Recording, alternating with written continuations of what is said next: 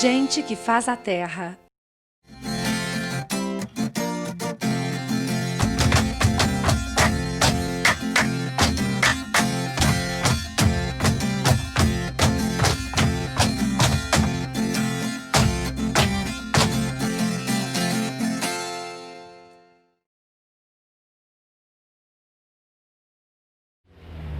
Hoje, o programa Gente que Faz a Terra apresentará a história da escritora e educadora Ruth Tupinambá. Ruth, desde cedo, começou a escrever as suas crônicas, tendo como pano de fundo a cidade de Montes Claros. Com você, Ruth Tupinambá. Sou Ruth Tupinambá Graça. Com muito orgulho, nasci em Montes Claros. Aqui eu passei a minha infância, a minha juventude. Morei toda a vida. Depois de casada, eu morei 10 anos em Belo Horizonte. Depois voltei novamente para Montes Claros e fiquei aqui até hoje. Meus filhos nasceram aqui, cresceram aqui, depois saíram para estudar fora. Inclusive tem um que está no Rio de Janeiro, que é cineasta, que é o Alberto Graça.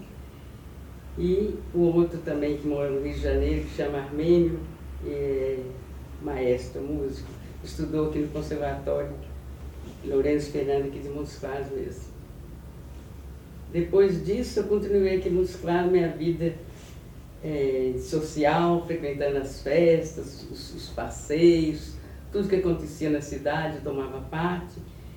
E meus filhos cresceram aqui depois de 30 anos de formada, fiz o concurso de professora, passei em segundo lugar, graças a Deus, e lecionei muito tempo, até me aposentar. Aposentei em 87, mais ou menos, e depois disso eu não quis ficar parada, porque quando a gente aposenta e para, adoece, às vezes até morre, né?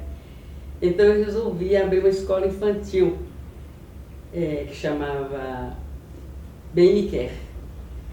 E eu adorava essa escola, ia todos os dias com maior entusiasmo. Fiquei com a escola 12 anos. Foi uma alegria para mim. Financeiramente, não deu bom resultado, não. Deu até prejuízo. Mas psicologicamente foi ótimo para mim. Porque eu vivia assim, convívio com as crianças e sempre alegre, tomando parte de tudo. Foi muito bom para mim, porque eu aposentei já bem mais velha, porque eu comecei a trabalhar muito tarde. E não adoeci, estou bem até hoje. Ainda estou com a cabeça boa ainda, apesar dos meus 94 anos. Ainda consigo escrever alguma coisa e estou indo bem. Só tenho saudade que os filhos saíram todos, casaram, e hoje eu tenho 16 netos e 15 bisnetos, mas não sei se eu vou conseguir tataraneto. Estou esperando, vamos ver. Continuar. Eu toda a vida gostei muito de ler, mas como escritora, o meu primeiro conto, eu tinha 15 anos.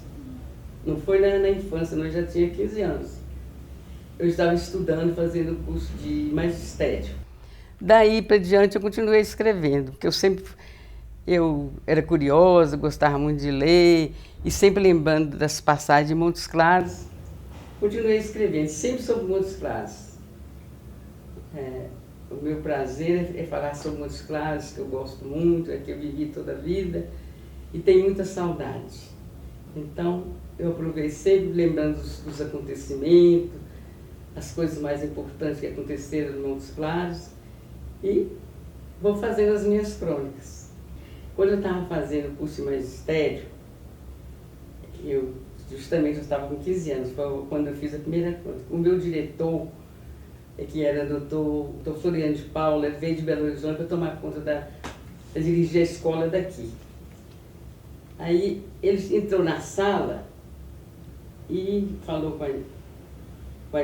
com as alunas: vocês vão escrever uma crônica hoje, que eu quero saber como vocês estão, a cultura suas, como é que anda, etc. E fez uma pergunta: vocês vão falar qual o melhor livro que vocês já leram? Essa é a pergunta. Vocês vão fazer a crônica aqui mesmo. Aí nós escrevemos, todo mundo escreveu, cada um escreveu. 3 dias depois, ele chegou na sala e falou: todos os contos estão muito bons, mas tem um que é o melhor de todos, que é de Ruth Tupinambá. Eu fiquei toda orgulhosa, porque o meu foi o melhor.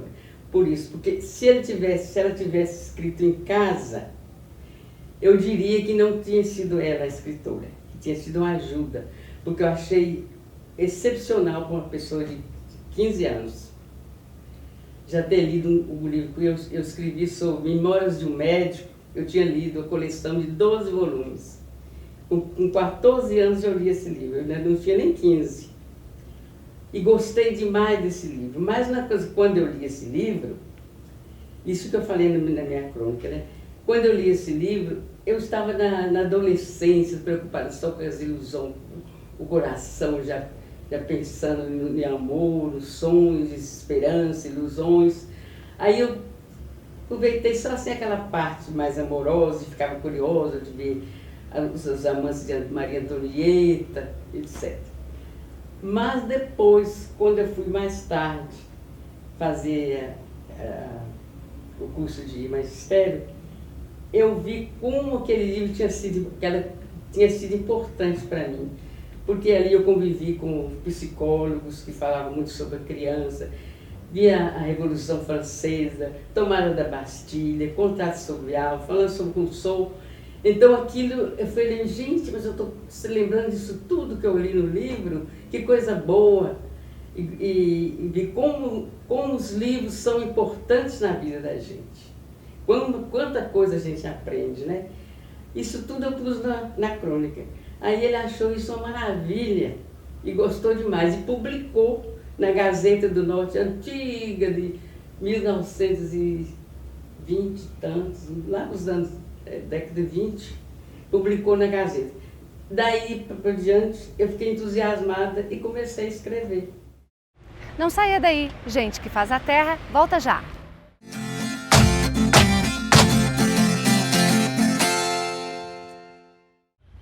Conheça um pouco mais da história de Ruth Tupinambá.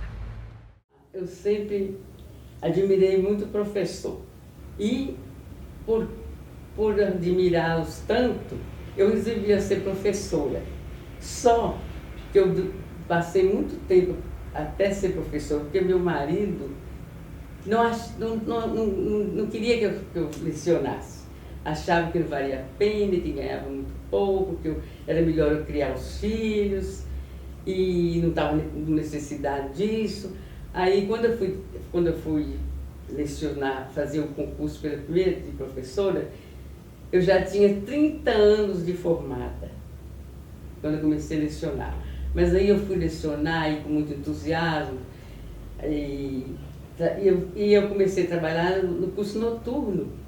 E eu ia para a escola à noite, não tinha luz nas casas, né? Não tinha luz na rua, só tinha nas casas. Aí na escola, não tinha sido inaugurada aquela escola há pouco tempo. Aí eu fui ser professora lá. Mas a sorte é que minha casa era perto.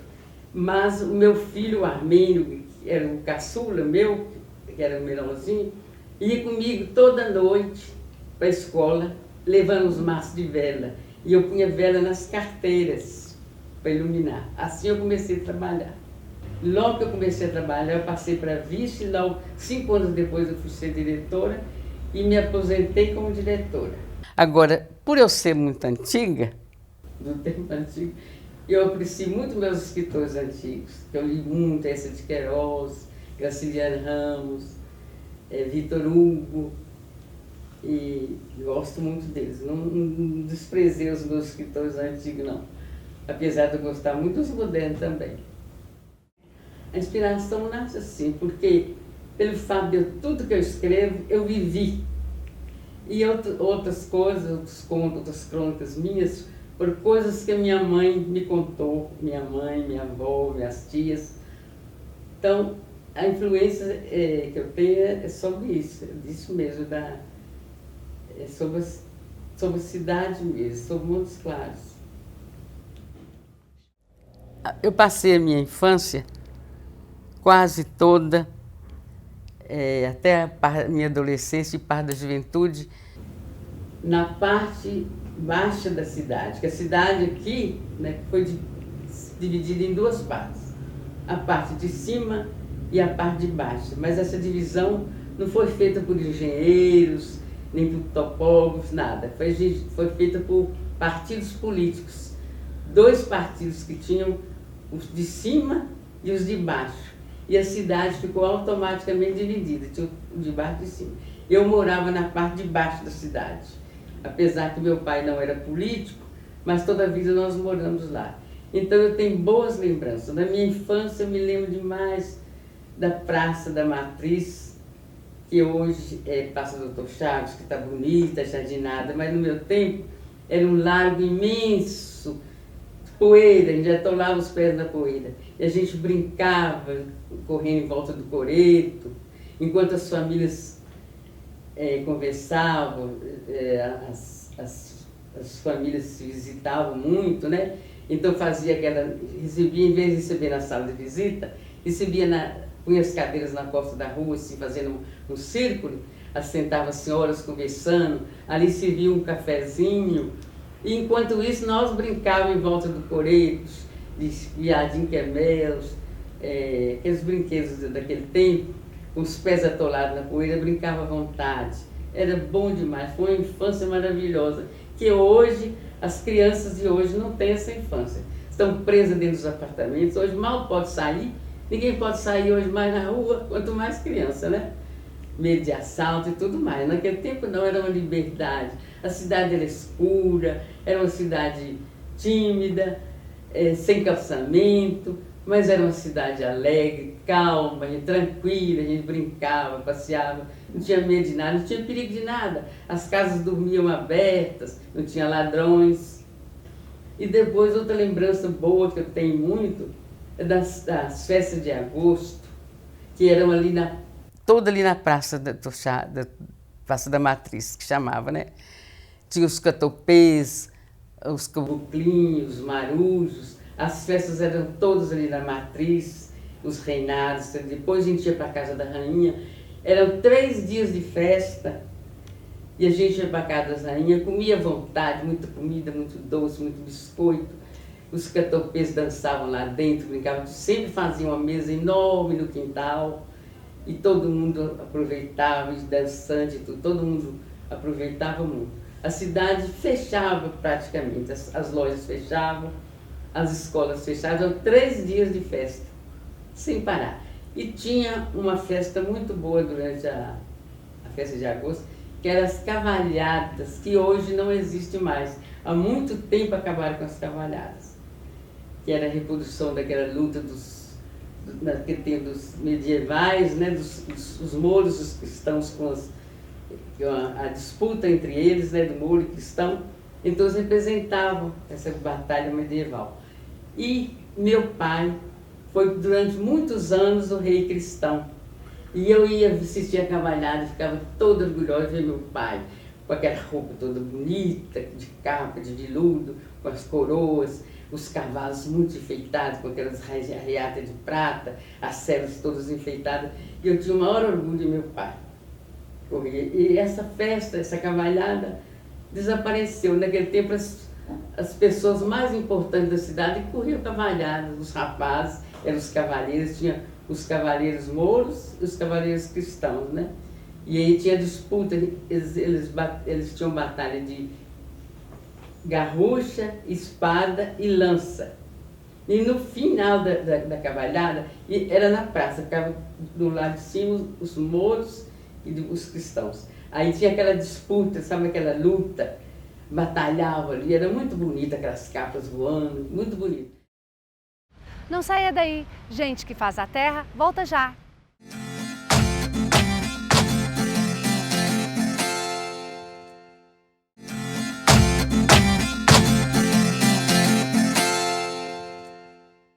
Ruth nos fala dos fatos e das pessoas que fizeram a diferença para o crescimento de Montes Claros. Para finalizar a cavalhada, tinha a corrida de argolinhas. Eles tinham que tirar uma argolinha. O vencedor é que ficava com a princesinha, que eles disputavam uma princesa, ficava escondidinha lá atrás do coreto. Então, eles passavam um carro de asta de um lado ao outro da praça, assim no meio, e tinha uma argolinha. Aí eles vinham correndo, uma música tocando, eles vinham correndo com a lança e tiravam a argolinha. Às vezes acertavam, às vezes não, né? Aí tinha disputa qual era o lado que tirava mais argolinha. E quando o cavaleiro tirava a argolinha, ele saía com essa argolinha, corria a praça toda, um cavalo montado com a música tocando. Aí oferecia uma pessoa, um político importante, uma pessoa querida da família, eles ofereciam a argolinha. Aí a pessoa punha um lance na espada deles, na lança, sabe? Era muito bonito. E aconteceu que meu pai, quando ele conheceu minha mãe, ele ficou noivo, minha mãe morava naquele sobradinho que tem abaixo do Centro Cultural, o sobradinho que tem as janelinhas azul, não existe até hoje lá. Então minha mãe morava ali. Então ele correu a cavalhada, ele era o rei cristão, muito bonitão que ele era, né? Correu e foi tirar a argolinha. Mas ele ficou muito afobado, porque lá na casa do meu avô, todo mundo estava esperando essa argolinha. E minha mãe com as companheiras e todo mundo até rezando com texto para tirar a argolinha. Aí ele ficou muito afobado, emocionado. Ele passou umas 3 vezes, não tirava essa argolinha, ia para lá, ia para cá, não tirava. Uma hora ele acertou. Aí foi aquele tanta palma, todo mundo batendo palma.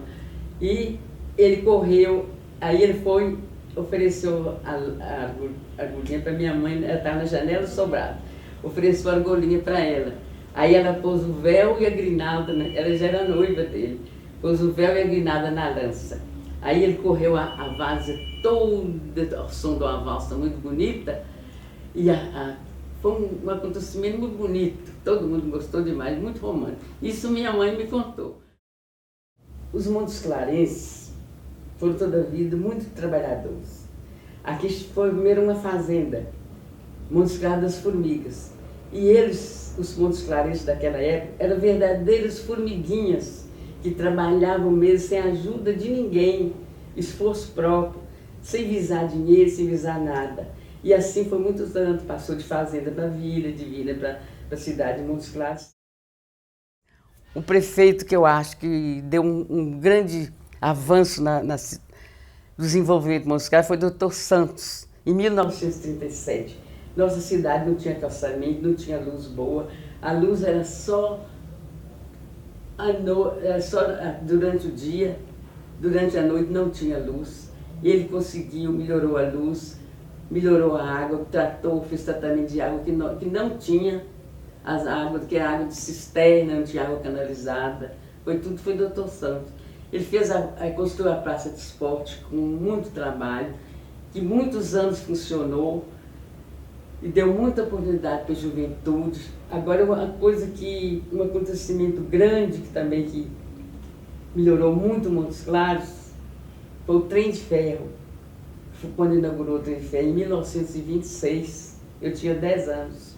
Eu fui na inauguração do trem. Foi uma festa maravilhosa, a cidade empolgou com a inauguração. Um ano antes, estava prometida que vinha chegar a Central do Brasil, a cidade toda movimentou. Nessa época, até os políticos que eram inimigos se uniram para poder arranjar verbas, para poder fazer uma festa boa para a chegada de Montes Claros.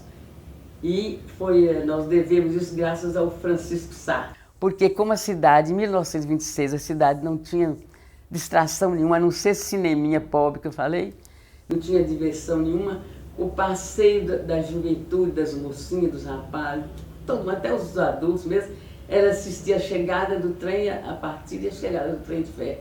Ia todo mundo assistir. Era um acontecimento. Isso foi muito tempo. Anos depois, o grande acontecimento também foi o Conservatório de Música Lourenço Fernandes, fundado por Marina, foi uma batalhadora, ela com a minha irmã, Felicidade de Pinambá, as duas lutaram, mas lutaram mesmo, contra tudo e contra todos. Ninguém, os coronéis aqui, os polícias achavam que, para que conservatório em Montes Claros? Montes Claros é uma cidade do boi, aqui é boi, é cavalo, para que conservatório de música? Mas graças a Deus que tinha o prefeito, que foi muito bom, que foi o doutor Simeão Pires, ele ajudou, apoiou muito Marina e emprestou. Ele era funcionária da prefeitura, foi a primeira funcionária mulher que trabalhou, foi minha irmã, Felicidade. Então ele emprestou Felipe a Marina para ajudar a Marina, e as duas batalharam, ia toda semana em Belo Horizonte, lutando. Eles falavam, mas cara, não precisa de conservatório, não, para quê?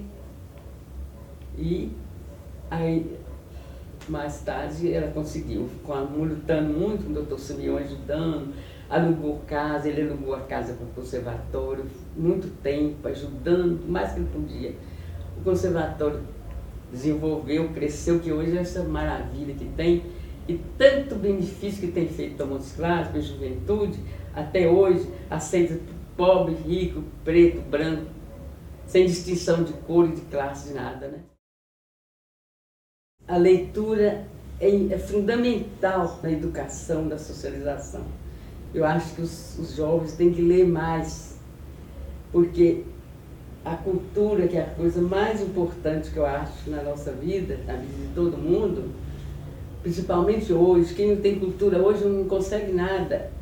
Eu acho que a cultura, a fonte principal da cultura é a leitura, que está ficando assim, abandonada, um pouco abandonada, principalmente pela geração nova. Eles acham que não precisa de ler, que a televisão, o computador resolve tudo, dá tudo por escrito, então estão lendo muito pouco. Então a mensagem que eu quero é que eles devem estudar mais e ler muito mais, para que tenham uma educação melhor, uma cultura melhor. O programa Gente que Faz a Terra está chegando ao final. Aguardo você no próximo programa com um novo personagem. Até lá! Triste regresso. Eu voltei muito tempo depois. Encontrei tudo diferente, tudo mudado e triste. Desaparecer a pureza, o encanto, a poesia daquela cidade onde outrora tanto nos amamos. Eu voltei. Quis rever o passado, com saudades de tudo. Das ruas desertas, silenciosas, das serenatas tão românticas, do violão choroso, das praças simples, sem sofisticação, cheirando a rosas e jasmins. O tempo passou e modificou tudo. A cidade cresceu muito, edifícios subiram, avenidas presunçosas rasgaram as pequeninas ruas. Eu procurei muito, procurei em vão. Aquela rua estreita, pequenina, que parecia feita só para nós dois. Aquele cantinho que era só nosso, que nos acolhia, nos abrigava, para que nos amássemos cada vez mais. Ante olhares indiferentes e a beleza fria das grandes cidades, sentindo o coração despedaçado, eu chorei muito, com saudades de tudo, dos sonhos que sonhamos.